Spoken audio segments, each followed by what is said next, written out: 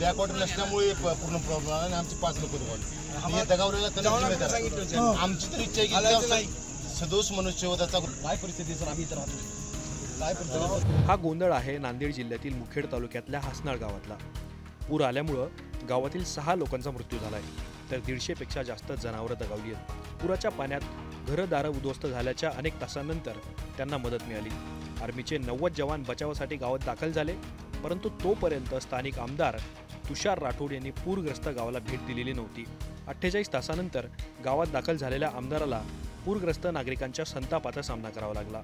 याशिवाय या घटनेनंतर राज्याचे जलसंपदा मंत्री गिरीश महाजन हे हसनाळ गावात पोहोचले.